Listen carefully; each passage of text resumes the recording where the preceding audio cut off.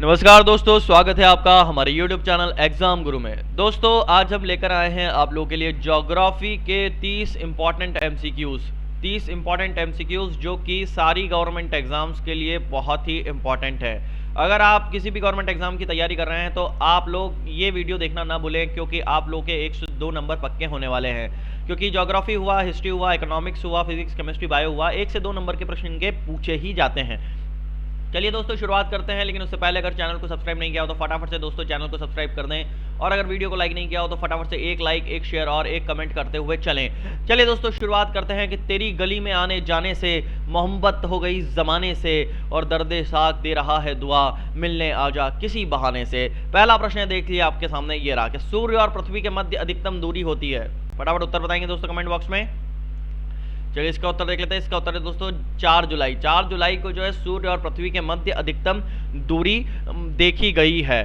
ठीक है दोस्तों, और ये दूरी कितनी होती है दोस्तों? ये होती है 470 लाख किलोमीटर। अगर आपको सूर्य से पृथ्वी तक की दूरी निकालनी है दोस्तों, तो आप हमारे साहित्य का सहारा लीजिए। ये जो फॉरेन्स दावा करते रहते हैं कि हमने दिया, विदेश बोलता रहता है कि हमने सूर्य से पृथ्वी की दूरी बताई। तो दोस्तों अगर आप हनुमान चालीसा पढ़ते हैं तो तुलसीदास जी ने कहा है कि जुग सहस्त्र योजन पर भानु, तो इसी पंक्ति में उन्होंने सूर्य से लेकर पृथ्वी तक की दूरी को बता दिया है दोस्तों। जुग सहस्त्र योजन, सहस्त्र होता है 10,000, जुग बोलते हैं एक महायुग। एक महायुग मतलब 4 युग, सतयुग, त्रेता, द्वापर और कलयुग। ये जितने जितने वर्ष के हुए हैं उन सबको जोड़ लीजिए, जो आंकड़ा आएगा उसको 10,000 से गुणा कर दीजिए। और जुग सहस्त्र योजन, योजन बोलते हैं 1 मील को, 1 मील मतलब 9.81 किलोमीटर। इन तीनों को अगर आप गुणा कर देंगे तो आपको जो संख्या मिलेगी वो सूर्य से लेकर पृथ्वी की दूरी होगी। इसलिए अपने साहित्य पर विश्वास रखें। चलिए दोस्तों अगला प्रश्न देख लेते हैं। अगला प्रश्न है हमारे पास, उस खाद्य फसल का नाम बताइए जो भारत में सबसे अधिक उपज देती है। फटाफट उत्तर बताएंगे दोस्तों।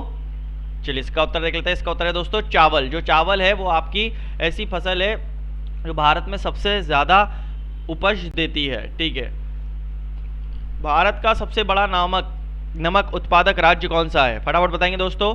तो सब गुजरात ही जो है वो आपका सबसे बड़ा उत्पादक है, और गांधी जी ने वहीं से नमक सत्याग्रह की भी शुरुआत की थी। अगला प्रश्न देख लेते हैं। कंटूर के वे काल्पनिक रेखाएं हैं जो दर्शाती है। कंटूर कौन सी? कंटूर लाइंस जो हैं वो आप जानते हैं, सबने पढ़ रखा है, तो ध्यान रखिएगा। बराबर ऊंचाई वाले क्षेत्र को जो है वो कंटूर लाइंस जो है वो आपकी दर्शाती हैं। चलिए अगला प्रश्न देख लेते हैं। सबसे गहरा महासागर कौन सा है?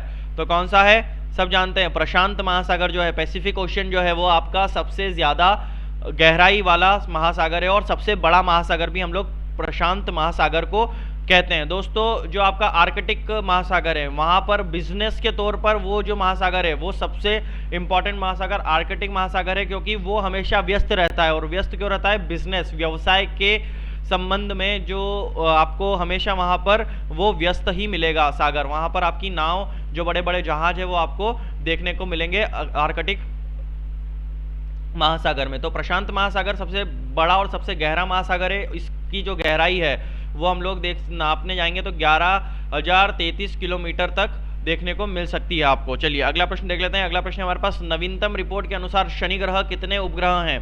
कितने उपग्रह हैं? तो ध्यान रखिएगा, 23 उपग्रह हैं। कितने हैं? 23 उपग्रह हैं। उनकी संख्या जो है आपकी प्रश्नकाल में जो शनि ग्रह के उपग्रह की संख्या थी वो 23 है, और बृहस्पति के उपग्रह की संख्या जो है वो हम लोग को 16 देखने को मिलती है। वरुण के जो उपग्रह की संख्या है वो हम लोग को 8 देखने को मिलती है, और मंगल के उपग्रह की जो संख्या है वो आपकी 2 देखने को मिलती है। और इनका अवरोही क्रम अगर हम लोग देखे जाए तो 3, 2, 1, 4 के हिसाब से होता है। ठीक है, अगला प्रश्न देख लेते हैं। निम्नलिखित में से ब्राजील की अधिका यानी कि ऑफिशियल भाषा कौन सी है? फटाफट उत्तर बताएंगे दोस्तों। कौन सी है ब्राजील की भाषा? तो पुर्तगाली जो भाषा है वो आपकी ब्राजील की ऑफिशियल भाषा है। अगला प्रश्न है, निम्नलिखित में से किसमें एक भूमध्य सागरीय की तरह एक जलवायु है? कौन सी है? तो ध्यान रखिएगा, दक्षिण पूर्व ऑस्ट्रेलिया जो है वो आपकी भूमध्य सागरीय तरह की जलवायु है। अगला प्रश्न देख लेते हैं। निम्नलिखित में से कौन सुमेलित नहीं है? इनमें से सही जोड़ी कौन सी नहीं है? तो ध्यान रखिएगा, इसमें से सही जोड़ी जो है वो आपकी मसाई और पूर्व अफ्रीका पठार की नहीं है। ये मसाई पूर्व अफ्रीका में पाई जाने वाली एक पशुपालक जनजाति है। ठीक है, और ये पूर्वी अफ्रीका के कीनिया, उत्तर तंजानिया तथा पूर्वी युगांडा के पठारी प्रदेशों में निवास करते हैं। ठीक है, अगला प्रश्न है कौन सा प्रदेश स्ट्रीट फलों के लिए विख्यात है? तो कौन सा प्रदेश स्ट्रीट फलों के लिए प्रदेश वो विख्यात है? तो ध्यान रखिएगा भूमध्य सागरीय क्षेत्र जो है वो, भूमध्य सागरीय क्षेत्र जो है वो आपके जो सिट्रस फ्रूट यानी कि जो खट्टे फल है होते हैं, रसीले फल होते हैं, खट्टे फल होते हैं, जैसे कि नींबू हुआ आपका, वनस्पति हुई, ये अपनी नाशपाती हुई, ये सब जो चीज़ें खट्टे पदार्थ हैं, सिट्रस एसिड जिसमें रहता है वो भूमध्य सागरीय क्षेत्र में पाए जाते हैं। अगला प्रश्न है हमारे पास भारत में निजी क्षेत्र में सबसे बड़ी विद्युत परियोजना कहाँ स्थित है? तो कहाँ स्थित है? ध्यान रखिएगा वो है दोभोल, महाराष्ट्र में, जो महाराष्ट्र का जो दाभोल है, वो दोभाल नहीं है, वो दाभोल है। तो दाभोल जो है वहां पर महाराष्ट्र के दाभोल में सबसे बड़ी विद्युत परियोजना स्थित है। चलिए अगला प्रश्न देख लेते हैं, समुद्र की गहराई किससे मालूम की जाती है? तो समुद्र की गहराई हम लोग सब जानते हैं सोनार रेस जो रहती हैं उससे हम लोग समुद्र की गहराई मालूम करते हैं। झारखंड राज्य की राजधानी क्या है? झारखंड राजधानी क्या है? सब जानते हैं रांची, जहाँ के महेंद्र सिंह धोनी है, जिन्होंने अभी अभी जो है आपका संन्यास ले लिया है। ठीक है, अगला प्रश्न देख लेते हैं। अगला प्रश्न हमारे पास जिब्राल्टर जल संयोजी कहा जाता कहाँ स्थित है? तो कहाँ स्थित है?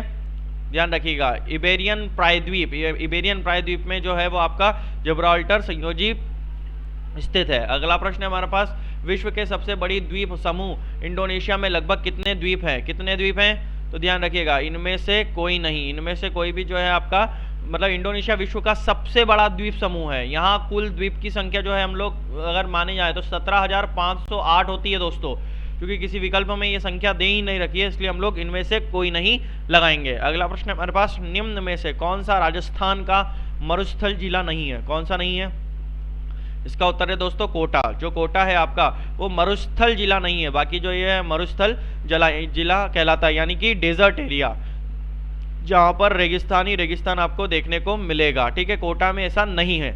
चलिए अगला प्रश्न हमारे पास, रात्रि के आकाश में कौन सा ग्रह लाल दिखाई देता है? कौन सा दिखाई देता है? सब जानते हैं मंगल जो है वो आपका लाल दिखाई देता है आकाश में। ठीक है, और अगर इसकी सूर्य से दूरी देखी जाएगी आपकी तो 227.9 मिलियन किलोमीटर है। ठीक है, मिलियन किलोमीटर है। ठीक है, ध्यान रखिएगा। अगला प्रश्न हमारे पास, गंगा में दक्षिण ओर से मिलने वाली नदी जो है वो कौन सी है? तो वो ध्यान रखिएगा सोन नदी जो है वो आपकी गंगा में दक्षिण की ओर से मिलने वाली नदी है। अगला प्रश्न हमारे पास, पहाड़ की ऊंचाई से बर्फ पिघलने से पिंड कहते हैं, किसे कहते हैं? ध्यान रखिएगा ग्लेशियर को कहा जाता है। हिम नदियों में जो गति होती है इसकी खोज सर्वप्रथम हाजी नामक विद्वान ने की थी। ठीक है, अगला प्रश्न हमारे पास, निम्नलिखित में से कौन सी ऊंचाई भूस्तर उपग्रहों की है? कौन सी कितनी है? तो ध्यान रखिए 36,000 किलोमीटर। अगला प्रश्न हमारे पास, बादल किस मंडल में अवतरित होता है? तो किस मंडल में अवतरित होता है? क्षोभ मंडल में होता है। किस में होता है? क्षोभ मंडल में अवतरित होता है। अगला प्रश्न हमारे पास, भारत में गेहूं का सबसे अधिक उत्पादन वाला राज्य जो है वो कौन सा है? तो ध्यान रखिएगा वो है उत्तर प्रदेश। उत्तर प्रदेश जो है वो आपका गेहूं के उत्पादन के लिए सबसे बड़ा राज्य है। हम लोग बोलते हैं ना कि गेहूं सबसे ज्यादा भारत में कहाँ पाया जाता है? तो उत्तर प्रदेश में पाया जाता है। गेहूं की कृषि देश के कुल कृषि योग्य की जो भूमि रहती है वो 14% होती है।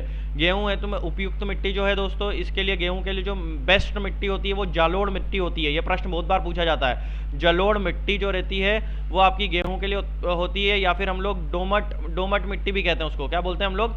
डोमट मिट्टी। चलिए दोस्तों अगला प्रश्न देख लेते हैं, गरसोप्पा जोग प्रपात किस नदी पर है? किस नदी पर है? फटाफट उत्तर बताएंगे। तो दोस्तों शरावती नदी पर। शरावती नदी पर जो है वो आपका गरसोप्पा यानी कि जोग जलप्रपात आपको देखने को मिलता है। तो जोग जलप्रपात जो है वो महात्मा गांधी जलप्रपात भी हम लोग उसको कहते हैं। ये जो जलप्रपात है इसकी जो ऊंचाई है वो आपकी 225 मीटर की है। कितने की है? 225 मीटर की है दोस्तों। विश्व का सबसे ऊंचा जलप्रपात एंजिल जलप्रपात है। कौन सा है? विश्व का अगर आपका देखा जाए तो एंजिल वाटरफॉल जो है वो आपका एंजिल जलप्रपात जो है वो आपका सबसे ऊंचा जलप्रपात है। अगला प्रश्न हमारे पास, डियोगो गार्सिया एक छोटा द्वीप है, ये निम्न में से किस महासागर में स्थित है? तो किस में स्थित है? हिंद महासागर में स्थित है दोस्तों। ठीक है, डियागो जो गार्सिया में अमेरिका नौसैनिक अड्डा भी हम लोग इसको कह सकते हैं। अगला प्रश्न है हमारे पास, भारत में सबसे बड़ा कृषि प्रायोगिक फार्म कहाँ स्थित है? तो कहाँ स्थित है? सूरतगढ़ में स्थित है दोस्तों। कहाँ स्थित है? सूरतगढ़ में। अगला प्रश्न हमारे पास, निम्नलिखित में से कौन सी एक रोपण फसल नहीं है? कौन सी नहीं है रोपण फसल? तो मक्का जो है वो आपकी रोपण फसल नहीं है। ठीक है, दोस्तों रोपण फसल जो है वो आपके उसके अंतर्गत हम लोग अगर देखें तो कौन कौन सी आती है, चाय हुआ आपका, कॉफ़ी हुआ, कपास हुआ, गन्ना हुआ, केले हुए, अनानास की पौधा जो रहता है उसकी पौधा हुआ, ये सब जो है वो रोपण पौधे के अंतर्गत आती है। तो मक्का जो इनमें से वो आपकी रोपण फसल नहीं है, ये खरीफ की फसल है। खरीफ की फसल है जो कि छींट कर बोई जाती है, ठीक है, हम लोग छींट कर बोते हैं, वो आपकी फसल जो है वो मक्का कहलाती है, ठीक है। अगला प्रश्न देख लेते हैं, साइबेरिया क्षेत्र में समशीतोष्ण कोणधारी वन को किस नाम से जाना जाता है? तो किस नाम से जाना जाता है? टेगा नाम से जाना जाता है। किस नाम से जाना जाता है? टेगा नाम से जाना जाता है। अगला प्रश्न हमारे पास, ग्रांड बैंक और डागर बैंक निम्न में से किससे संबंधित है? तो किससे संबंधित है? मछली पकड़ने के मुख्य क्षेत्र जो है वो उससे संबंधित है। अगला प्रश्न हमारे पास, हिमालय क्षेत्र में चट्टानें मुख्यतः हैं कैसी हैं? तो अवसादी हैं। कैसी है? अवसादी है, मतलब डिप्रेस्ड वाले पैटर्न पर हम लोग को हिमालय क्षेत्र में चट्टानें देखने को मिलती है। चलिए दोस्तों, आज के वीडियो का आखिरी प्रश्न कि सूर्य के चारों ओर घूमने वाले खगोलीय पिंड को क्या कहलाते हैं? ये आखिरी प्रश्न है, 30वां प्रश्न है, मतलब आप लोगों का प्रश्न है। आप लोग इसका उत्तर मुझे कमेंट बॉक्स में कमेंट करके बताएंगे। चलिए दोस्तों, मैं विदा लेता हूं आपसे, लेकिन उससे पहले अगर आपने चैनल को सब्सक्राइब नहीं किया हो तो फटाफट से दोस्तों चैनल को सब्सक्राइब कर देना, और अगर वीडियो को लाइक नहीं किया हो तो फटाफट से एक लाइक, एक शेयर और एक कमेंट ठोकते हुए चलें। चलिए दोस्तों, मैं विदा लेता हूं कि सितारों को आंखों पर महफूज रख लो, बहुत दूर तक रात ही रात होगी, मुसाफिर हूं मैं भी, मुसाफिर हो तुम भी। अगले वीडियो में फिर मुलाकात होगी, तब तक के लिए जय हिंद, जय भारत।